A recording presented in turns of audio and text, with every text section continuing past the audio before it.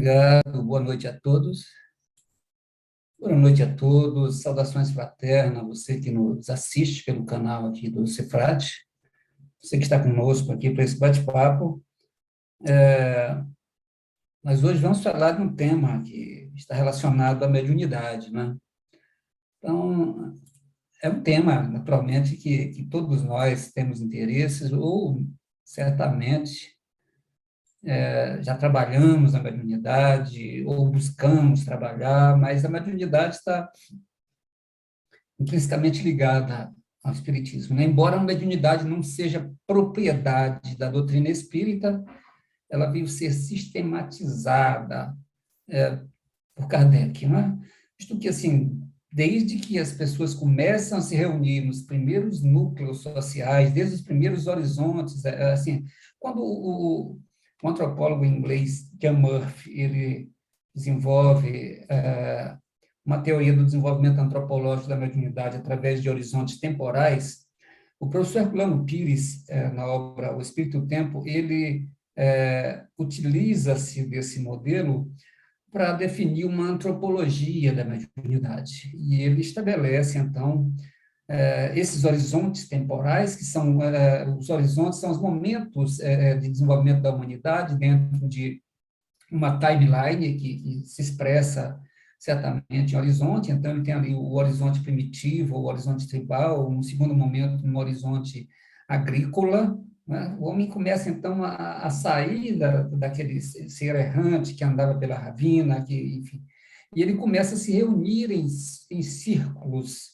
e esses círculos, especialmente no horizonte agrícola, ou já no horizonte ali, onde ele busca as primeiras formas de fetiche, percebendo ali onde ele começa a desenvolver inicialmente fundamentos da economia, né? Ele percebe que determinadas sementes ele pode plantar, ele começa a domesticar os animais, e ele percebe que o excedente dessa produção precisa ser guardado, precisa ser armazenado, mas ele percebe que ali ele deve também agradecer pela colheita. Então, ali as primeiras formas de fetiches, né, de mito, são estabelecidos quando ele imagina ali na sua, no seu, na sua racionalização anímica, que havia um Deus céu que fecundava a deusa mãe, a deusa terra, com a chuva, então produzindo a lavoura, o alimento, e ele decide então criar esses elementos para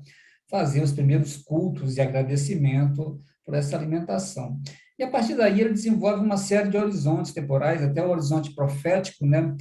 Esse horizonte espírita, onde nós já temos a mediunidade sistematizada. O que a gente vem percebendo ao longo disso? Que as primeiras formas de mediunidade, chamada mediunismo, o homem se reunia em círculos, ali ainda num processo de racionalização anímica, e ele começa a perceber o quê? Que nessa observação que ele faz da natureza, ele começa a personificar os elementos da natureza. E daí ele cria o espírito da noite, o espírito da montanha, o espírito do vento, ou seja, a personificação desses elementos da natureza, ele, na sua criação, nesse processo que a gente chama de racionalização anímica, ele acredita que essas forças da natureza, esses elementos da natureza, eles possuem uma alma, né? É interessante que esse processo em que ele começa a racionalizar animicamente os objetos, personificando a natureza, ele percebe também que quando o homem morre, ou quando está dormindo, a mesma pessoa morta, ela começa a se apresentar em grupos ali de rituais dos cultos aos ancestrais, onde ele percebe que o homem também é movimentado por uma alma. Isso é interessante, porque ele começa, então, a definir, através de um processo de percepção intuitiva, naturalmente, que há forças que animam tanto a natureza, quanto uma força inteligente, nesse caso, que anima os nossos corpos físicos, né? Que são os nossos espíritos. E Herculano vai desenvolvendo esses horizontes até um horizonte mais moderno, passando pelos horizontes proféticos. O que se observa é que esses acontecimentos mediúnicos, como os cultos ancestrais, esse mediunismo inicial, uma mediunidade que acontece de forma intuitiva, ou às vezes acontece sem uma sistematização, sem regras, sem estudo, mas foi um processo que vai se transformando empiricamente num desenvolvimento ali dos líderes, dos sacerdotes, das pessoas que lideravam de forma religiosa aqueles núcleos sociais. E a gente chega na Idade Média, na época de Jesus, desculpem, onde Jesus vem estabelecer uma questão como médium de Deus, dar um substrato moral à mediunidade. Esse processo avança porque Jesus é o médium de Deus. E a gente percebe que na Idade Média, os médiums passam a ser perseguidos, queimados na fogueira, como Joana d'Arc, tratado como os bruxos, magos, e uma série de, entre aspas, né, adjetivos que vem caracterizar, né, esses médios. Mas com os acontecimentos de Hydesville, nos Estados Unidos, em 1848, com a eclosão, né, do fenômeno mediúnico, com a condado de Hydesville, com os Happies, né, as irmãs Fox ali, recebendo comunicação de um espírito de um mascate chamado Charles Rosman. Esse processo de comunicação começa a se dar através de rap, e ali, como fala Arthur Conan Doyle, na história do Espiritismo, há uma invasão organizada. Observe de Moisés até Jesus, são quase 2000 anos, aí, onde ele proibiu a mediunidade pelo mau uso que se fazia dela, e depois Jesus trazendo a mediunidade de forma clara, mas com substrato moral, até os dias do século XIX, a mediunidade ainda era muito desconhecida, não tinha um processo de sistematização. Em 1848, então, através desses acontecimentos de Hydesville, essa coisa se espalhou e ela aconteceu realmente como fala o Conan Doyle, de uma forma organizada, chegando até a Europa, né, com a questão das mesas girantes, e a partir dali, Kardec observando aqueles acontecimentos, a princípio de forma cética, duvidando, mas depois, no processo de observação, de investigação, ele percebeu que realmente existia ali uma força diferente, ou seres inteligentes que se manifestavam daquelas comunicações das mesas galos e das pranchetas, e aquilo ali evoluiu para um processo que ele decidiu investigar, e com contato com os espíritos, ele então vem publicar o Livro dos Espíritos, em 1857, desvelando ali para uma humanidade atormentada a questão da sobrevivência do espírito, do mundo espiritual, da multiplicidade dos mundos habitados, uma série de acontecimentos, então, que desperta a humanidade e traz, né, esse resgate de um cristianismo redivivo, da questão moral dos ensinamentos de Jesus e, sobretudo, do Guia dos Evocadores, que é o Livro dos Médiuns, né?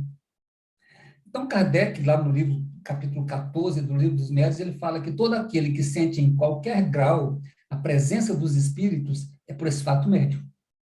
A gente costuma ouvir aqui nos grupos mediúnicos, né, nos centros espíritas, mas eu sou uma porta, eu não vejo, eu não falo, eu não escuto, eu não tenho nada, assim. Todos nós somos médiums. Existem os médiums de natureza ostensiva, que são os médiums que produzem fenômenos de efeito intelectual ou físico, e esses são os chamados médios ostensivos, os psicofônicos, os psicógrafos, enfim, uma outra variedade de médios de efeitos físicos, curadores, e por aí vai. E esses são de natureza ostensiva. E os médiums de natureza velada, que é o que, entre aspas, se acham que é cego, são os médiums da intuição e da inspiração. Porque intuição e inspiração são também mediunidades, são formas de mediunidade. Então, Kardec está correto ao afirmar que todos nós somos médiuns, porque ele diz o seguinte: todo aquele, capítulo 14, que sente em qualquer grau a presença dos espíritos, é por isso mesmo médium. Então, nós sentimos essa presença de forma mais ostensiva e damos comunicação através da fala ou da escrita, é uma forma, é um grau de transe em que a mediunidade se manifesta. Agora, se eu sinto essa presença dos espíritos por uma percepção psíquica apenas, eu sinto que tem uma presença ali, ou por uma intuição ou inspiração, isso também está situado dentro de um grau de manifestação. E nós, se tivéssemos uma tabela ou uma escala que definisse esses graus, de transe ou de percepção psíquica, nós iríamos enquadrar, ou nós podemos enquadrar os médiums nessas gradações diferentes. Então, você não é uma porta, você naturalmente tem percepções e a gente tem que aprender a lidar e educar essas percepções para que essas mediunidades se desenvolvam, né? Ou seja, para nós espíritas é ponto pacífico afirmar que a mediunidade é uma faculdade natural, ela é inerente ao ser humano. Ela independe da crença religiosa, ela se faz presente, como eu falei, em todas as épocas da humanidade, ela foi confundida e deturpada pelos homens ao longo dos anos, ela foi e continua sendo comercializada, né?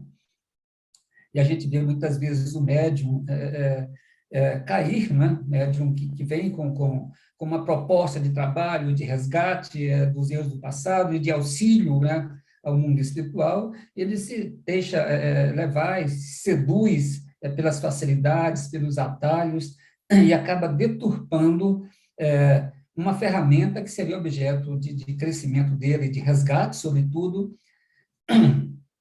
e de auxílio, né, ao mundo espiritual, e especialmente também aos encarnados, e a si próprio, naturalmente, né? Então, desde aquelas épocas das civilizações do Oriente, do Egito, da Pérsia, na Síria, na Grécia, em Roma, citada nos Vedas, nos livros sagrados das outras religiões, a mediunidade era tida como uma crença geral e ela era vista como os médiuns, né, como seres privilegiados, e alguns denominados como semideuses. Nós tínhamos as pitons, as pitonisas, os sacerdotes, enfim. Passou toda essa questão com essa abordagem já de Kardec, a gente entra num processo em que necessita-se de aprimoramento. E isso é interessante porque quando nós observamos as fases que o Espiritismo de desenvolvimento da doutrina espírita, nós fazemos uma pergunta assim: que fase vocês acham que o Espiritismo se encontra hoje? Nós passamos por uma fase meramente fenomênica, que é essa da questão mediúnica, que surgiu num processo em que eclodiu por toda a Europa e, naturalmente, por todo o mundo, onde era vista como um espetáculo e as pessoas se divertiam com aqueles processos. E não era só na Europa, não. Assim, até há pouco tempo atrás e até hoje, as pessoas ainda se divertem com a mediunidade através daquela brincadeira do copo. Então, os acontecimentos das mesas girantes deram no início dos anos 50, 1850, ali na Europa, que era brincadeira e era motivo de diversão. Assim, ainda hoje nós encontramos algumas pessoas que fazem a brincadeira do copo. Então, não mudou muito como a gente pensa. Essas coisas ainda acontecem e naturalmente, com menos frequência e fatos mais isolados, mas as pessoas continuam ainda navegando por essas águas, ou de oferecer, de enganar, né, através dos fenômenos de prestidigitação as pessoas, de prometer milhares de coisas, de prometer, assim, a vez eu estava contando aqui um caso, né, e eu fui numa cidade no Brasil, em Belém, fui a trabalho, e fui no mercado, ali, aquele mercado modelo, onde se comercializa todo quanto é tipo de coisa, e a primeira barraca que passei, que eu olhei, tinha uma série de garrafas, e a vendedora, a dona da barraca, falou: olha, eu vou te vender essa garrafada aqui, ela vai te trazer seu amor em 2 dias. Enfim, é como se essas beberragens, esses ritos, essas crenças pudessem ter assim, o condão de mudar os acontecimentos da vida.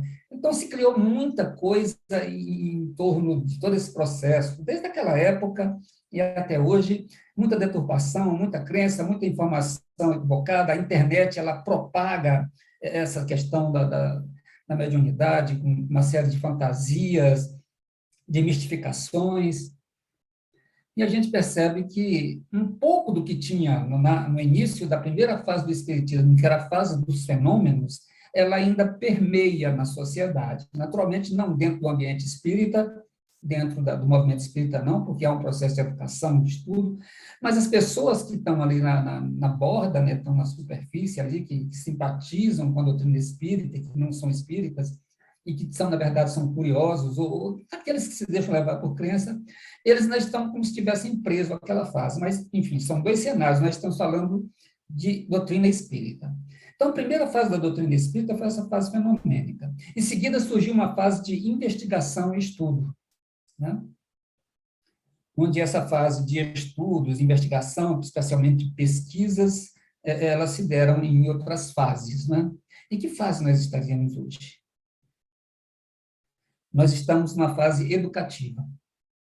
Observe que todo o escopo doutrinário ele foi faseado, né? Desde o processo inicial de investigação para pesquisa, a estrutura de um arcabouço doutrinário, de uma produção de conteúdo, de uma uniformização de procedimentos, enfim, de fundação de casas, de posturas, de desenvolvimento do passe, dos grupos mediúnicos, dos campos experimental de estudo, dos processos que hoje se faz. Então, toda essa construção é para que nós chegássemos a essa fase que nós estamos hoje, que é uma fase educativa. Por que é uma fase educativa?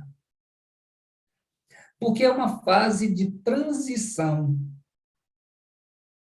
de um mundo para o outro. Nós estamos numa fase de transição de um mundo de expiação e provas para um mundo de regeneração. O que se pressupõe nessa transição?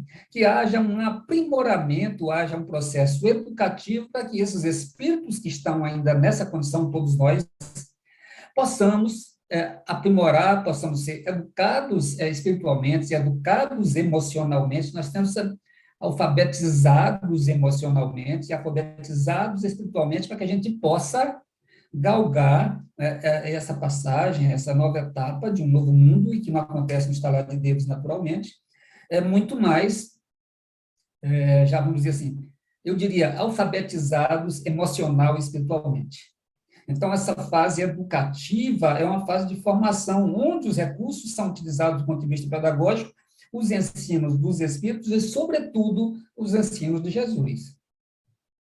Então, esse aprimoramento, como acontece em qualquer setor da atividade humana, você percebe que é natural que nós cultivamos nas reentrâncias do coração esses anseios de melhoria e aperfeiçoamento. A pessoa entra numa empresa, ela objetiva crescer. Se ela faz um concurso público, naturalmente, ela objetiva também crescer naquela carreira. Se ela assume qualquer função, ou se ela tem uma iniciativa de natureza pessoal, o objetivo está dentro da pessoa, se anseia melhoria e aperfeiçoamento. Se entre essas vidas que existem na Terra,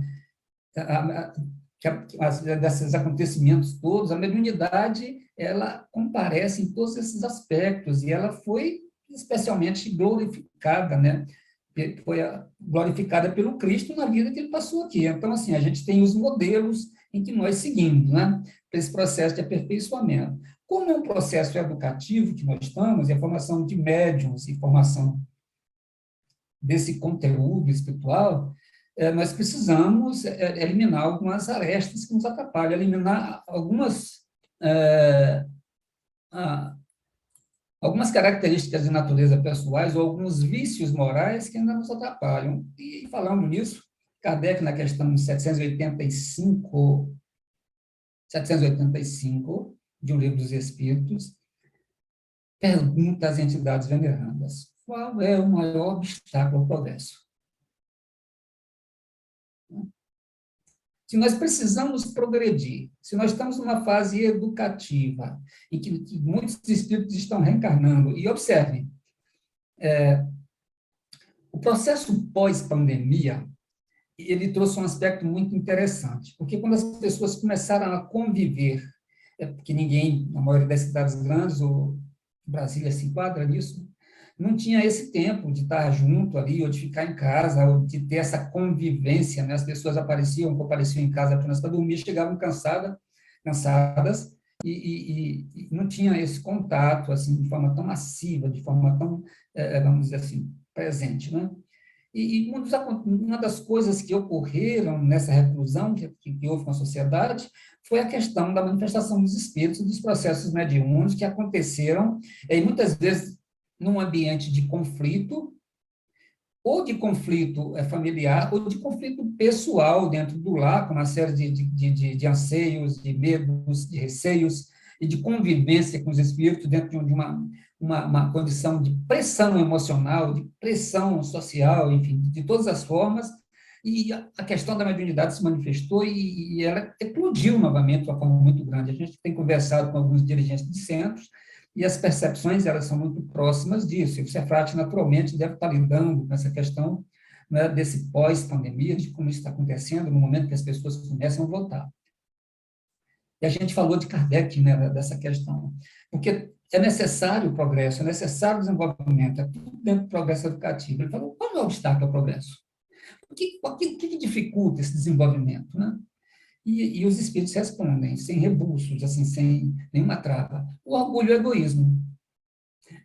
Mas observe, ele não está falando de progresso econômico material, ele faz em questão de afirmar, refiro-me ao progresso moral, porquanto o intelectual se efetua sempre. Assim, o progresso intelectual, ele é disruptivo. A tecnologia é disruptiva, os acontecimentos tecnológicos, então, assim, a intelectualidade, ela caminha em passos exponenciais, ela não caminha num aspecto linear. Então, o progresso intelectual está se efetuando sempre. O que a gente observa? Que o homem está fazendo prospecção de solo em Marte, através de um controle remoto de uma nave que ele colocou lá.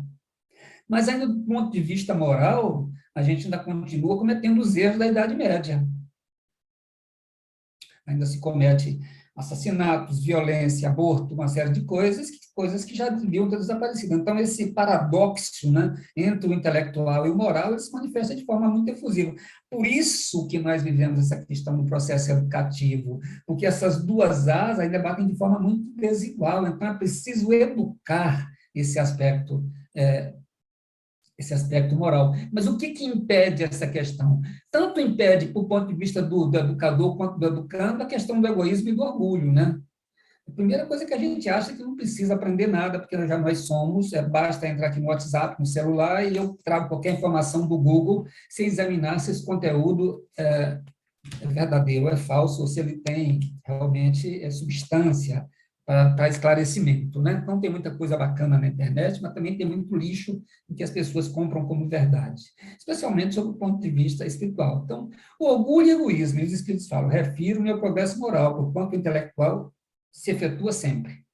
À primeira vista, parece mesmo que o progresso intelectual reduplica nessa atividade daqueles vícios. Então, desenvolve a ambição, o gosto pela riqueza, incitam o homem a empreender pesquisas, essa série de coisas que eu falei.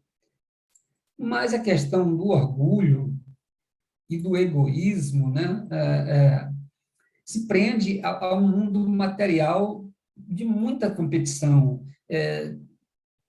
de muito afastamento, enfim, vamos dizer assim, o egoísmo é de você ter sempre a mais, independente do que você precise para conseguir aquilo que você deseja, né?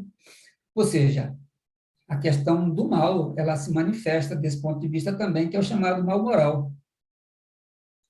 Observe, Santo Agostinho, em uma de suas obras, que infelizmente agora não me recordo, que acabei não anotando, essa obra, ele fala que todos nós somos criados para atingir um bem supremo.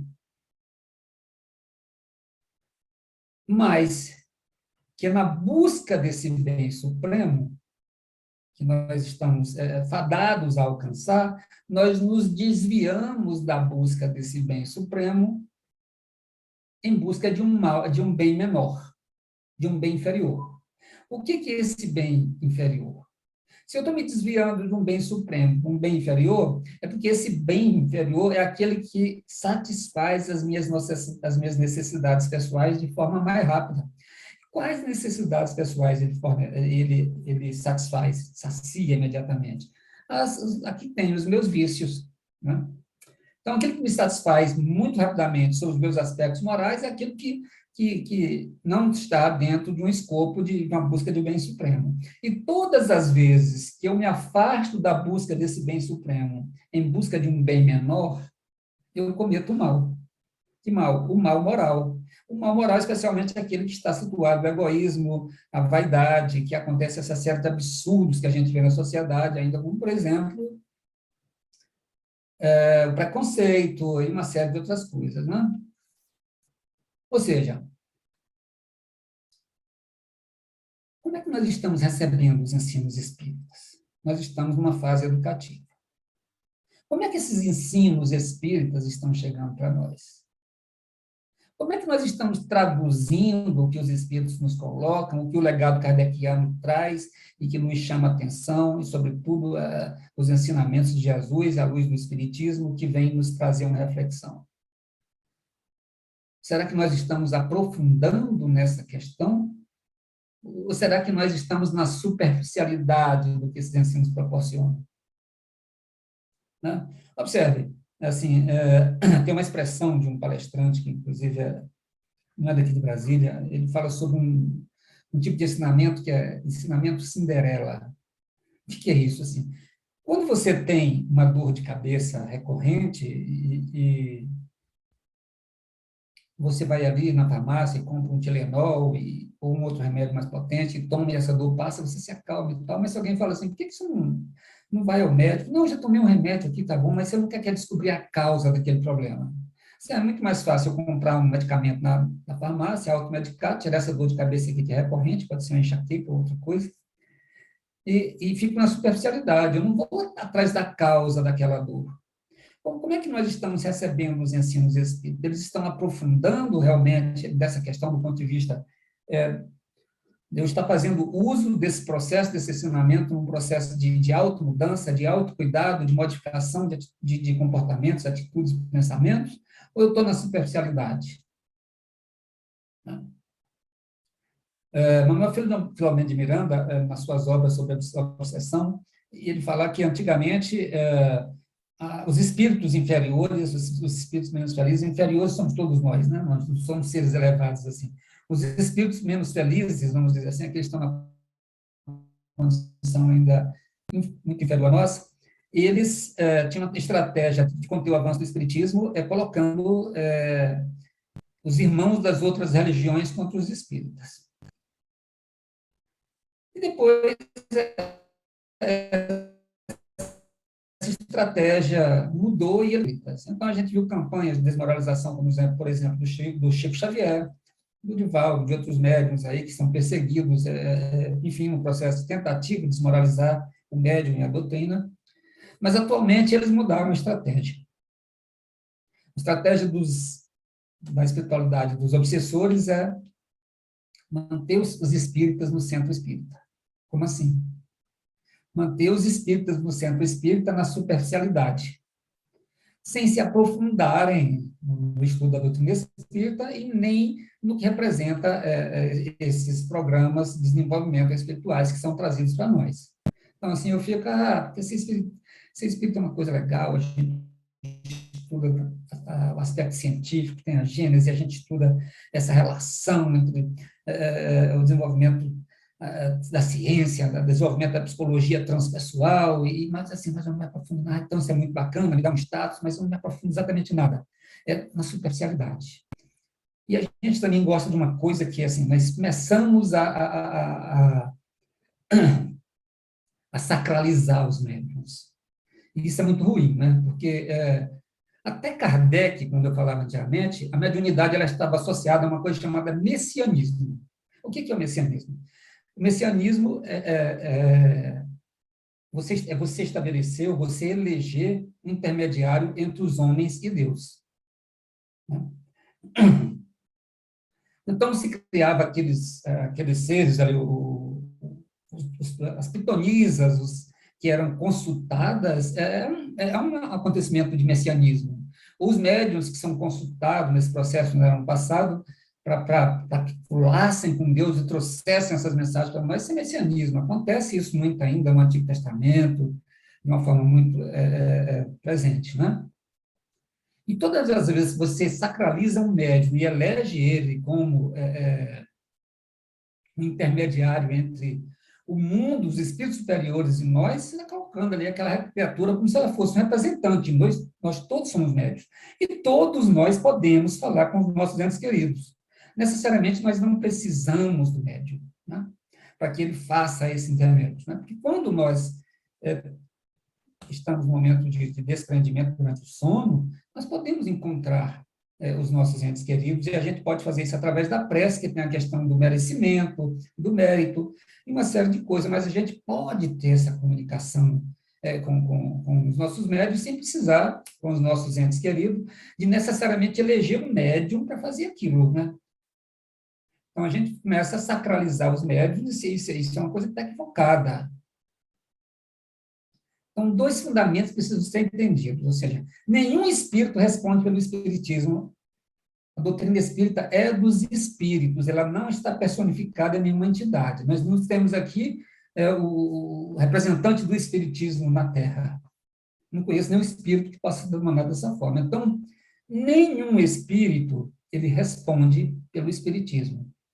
A doutrina é dos espíritos, e Kardec deixa isso muito claro. A gente precisa recorrer a Kardec, porque quando ele fala que a compilação do Pentateuco é obra dos espíritos, e ele fala assim, a religião é dos espíritos e não dos homens. O espiritismo foi trazido pelos espíritos, ele não foi trazido por um espírito só.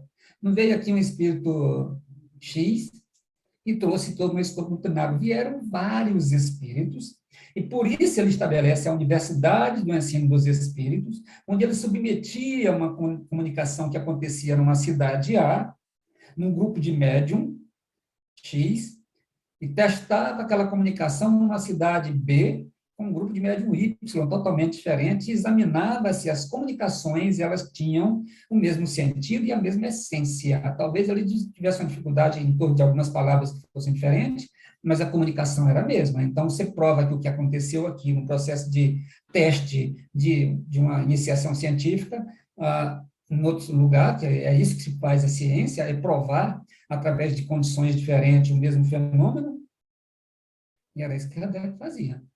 O segundo elemento é que nenhum médium é privilegiado para receber só espírito de luz. Se tem algum médium que fala para você que só recebe de Ivone Pereira para cima, assim, tem alguma coisa errada, né? Porque eu só recebo obsessor. Então, assim, Deus está num nível ainda muito atrasado. Mas eu estou brincando, naturalmente, né? Todos nós, a maioria dos casos que nós temos é realmente com espíritos sofredores, porque nós vivemos num mundo de espíritos sofredores.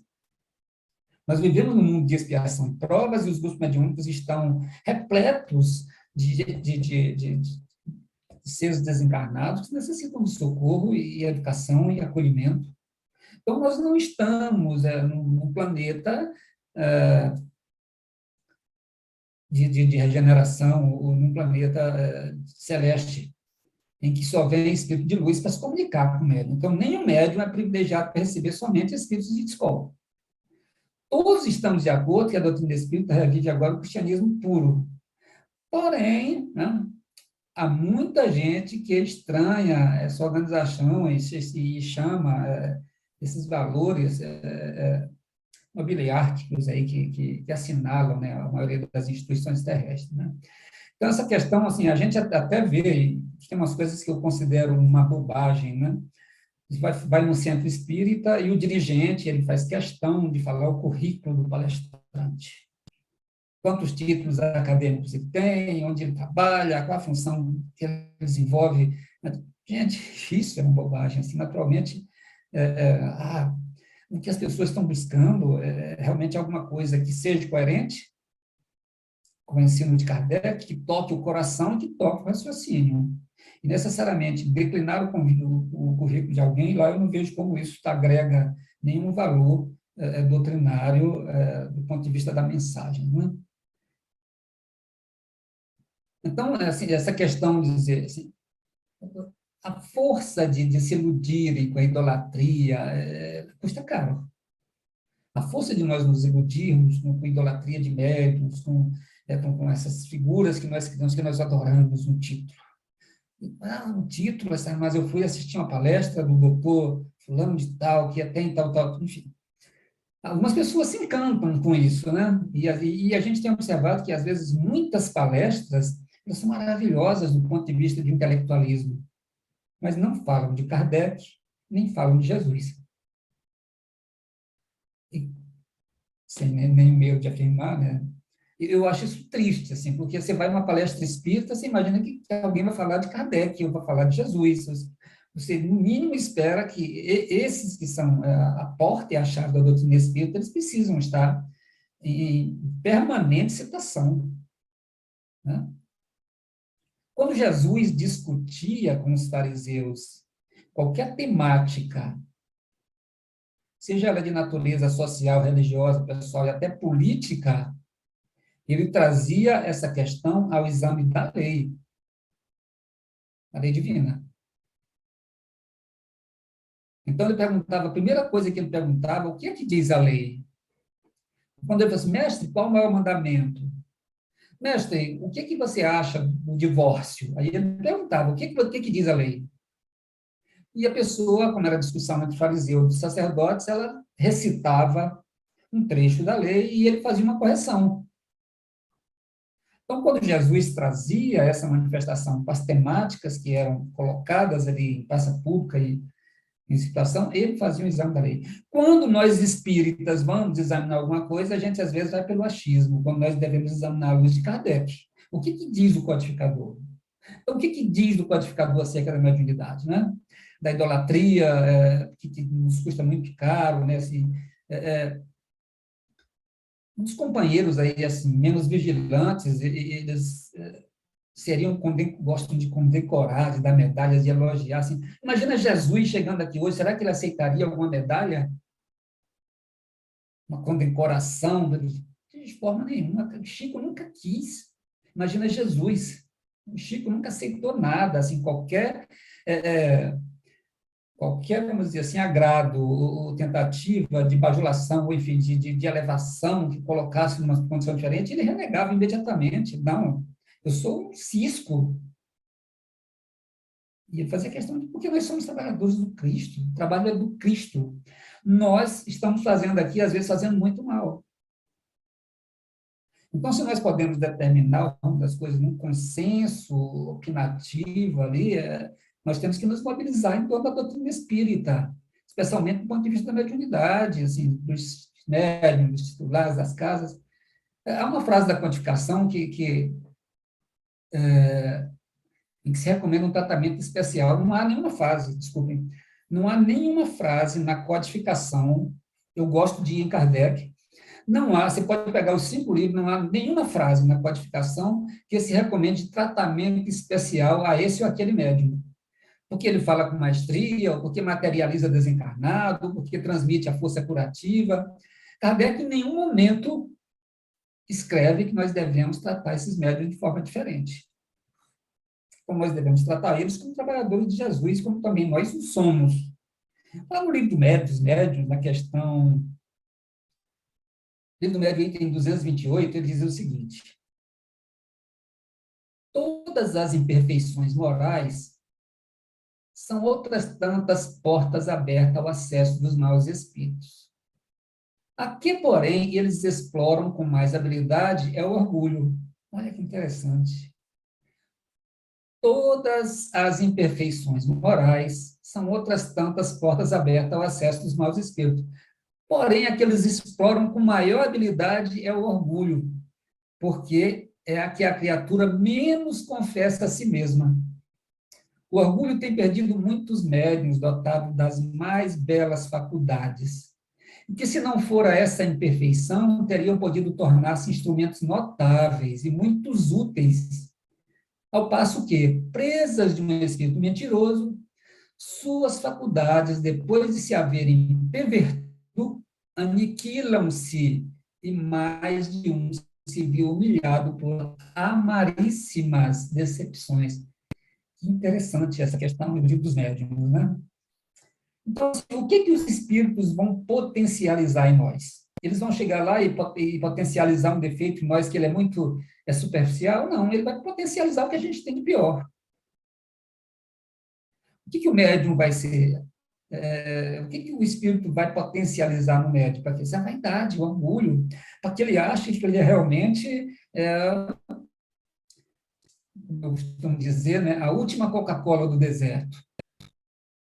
E ali ele vai inflar a vaidade dele, vai inflar o orgulho, né, que é o que os espíritos estão falando aqui, de forma que ele se transforme num ser, né, E aí as pessoas ainda colaboram para aquilo, porque há uma influência, esse processo ele não acontece individualmente, mas ele se utiliza dos elementos que estão em torno, então ele faz com que as pessoas, a espiritualidade faz com que as pessoas inflem o ego desse médium, de forma que ele se sinta realmente que ele é o mais especial, né? E todas as vezes que ele sai dessa condição, por isso que Jesus faz questão de falar sobre os pobres de espíritos, e que equivocadamente a gente deturpa esse ensinamento para outro aspecto, ele está falando exatamente desse processo do autossuficiente. Então, a autossuficiência, ela acontece a partir do orgulho, especialmente com o médium. Jesus vai falar, bem-aventurados pobres de espírito, né? E a gente entende equivocado esse ensinamento. O que é o autossuficiente? É aquela pessoa que fala assim, olha, eu tenho um bom emprego, eu moro num ótimo bairro aqui em Brasília, eu tenho um ótimo salário, eu construí tudo, e a última coisa que ele vai pensar assim, eu viajo para a Europa todos os anos, eu vou para onde eu quero, e Deus? Não, Deus está, de vez em quando eu lembro dele. Lembro quando eu estiver doente, ou quando acontece alguma dor em minha família, a gente se recorda de Deus, né? Então, todas as vezes que nós valorizamos esse aspecto do orgulho e da vaidade, nós nos afastamos de Deus. E todas as vezes que nós nos afastamos de Deus, nós somos infelizes. Quem diz isso não é o Mota, mas é Kardec. Quando ele pergunta onde está escrita a lei de Deus, eles respondem na consciência. Um pouco mais à frente, Kardec fala que todas as vezes, olha só, a lei está escrita na consciência, todas as vezes que nós nos afastamos da lei, nós nos tornamos infelizes. Então, o que acontece com o médium, com o ego inflado? Ele se afasta da espiritualidade maior, ele se afasta dos bons espíritos, e aí o que é? Ele tem amargas decepções, porque a faculdade dele, né, espíritos mentirosos, ele perverte, ele aniquila a faculdade. Então, a mediunidade, perdeu a mediunidade, ele desvirtuou essa faculdade enfim. Por isso que eles falam, mediunidade tem que ser com Jesus. Está lá em Mateus, na anotação que ele faz. Restitui a saúde aos doentes, ressuscitai os mortos, curai os leprosos, expulsai os demônios, dai gratuitamente o que gratuitamente haver recebido. É o vigiar e orar, e é necessariamente nessa ordem. Mediunidade é coisa santa. Ela tem que ser praticada santamente, religiosamente. Se há um gênero de mediunidade que requer essa condição, de modo ainda mais absoluto, é a mediunidade curadora, por exemplo. O médico curador, ele transmite um fluido salutar. Imagina você, alguém inflado de orgulho e vaidade, vai transmitir que tipo de fluido salutar? Dos bons espíritos, né? Ou seja, ele não tem o direito de vender isso. Jesus, ainda que pobre, os apóstolos pobres, ali a gente sabe disso, eles nada cobravam pelas curas que operavam. Está lá o Evangelho do Espiritismo, capítulo 26, tem 10, né? Então, o exercício comum da mediunidade, mesmo nos serviços assistenciais, é coisa diferente. Às vezes a gente acha que a nossa mediunidade é uma missão, né? Existe uma diferença entre mandato mediúnico, mediunato, que é esse médium que vem com uma condição diferente, que vem realmente com a missão, e nós, médiuns comuns, nós somos médiuns de expiação, a gente está aqui para resgatar. Então, a gente não precisa se achar que nós temos, assim, nós somos os missionários, que nós viemos com uma missão especial, não. A gente veio para auxiliar e para quitar as dívidas que nós temos através do auxílio e do amor. Então, a gente não precisa inflar o orgulho, porque nós realmente não somos um Chico Xavier, que é um mediunato, que é realmente um médium diferente, ou seja, médiums, assim, existem aos milhares, ativamente, né, nos ciências espíritas. Ou seja, mandato mediúnico é o ponto de chegada de todos os obreiros. O Martins Peralva, ele fala isso lá na Estudando a Mediunidade, ou seja, o mandato mediúnico ele exige condições especialíssimas, tais como, por exemplo, bondade, descrição, discernimento, perseverança, sacrifício, né? O assistente Aulos, lá um dos óculos do André Luiz, acho que Mensageiros, ele diz o seguinte, a mediunidade não é espiritismo. As elucidações essenciais dizem o seguinte: os fracos vestígios de incerteza que ainda podem substituir na consciência dos que pensam erroneamente que onde houver comunicação mediúnica, há de haver forçosamente doutrina espírita. Espiritismo é uma coisa, mediunidade é outra. Espiritismo é um corpo de doutrina, né? De elevado teor espiritual, consubstanciado por normas, por diretrizes, enfim. E a mediunidade, ela acontece em todo lugar. Ou seja, aquele que exerce a mediunidade em função dos objetivos superiores, esse está praticando mediunidade com Jesus. E aquele que exerce em função de interesses pessoais ou inferiores, essa é a mediunidade sem Jesus. Então, eu prefiro ficar com Jesus. Eu não sei quanto tempo nós temos, eu acho que meu tempo já deu, né? Onde é que nós devemos nos situar? O nosso tempo aqui já acabou, eu observei o relógio agora. Então, a mediunidade com Jesus, exercer os objetivos superiores através do Cristo. É aqui que nós devemos nos situar. E é esse o caminho que nós devemos seguir. Que Jesus nos abençoe.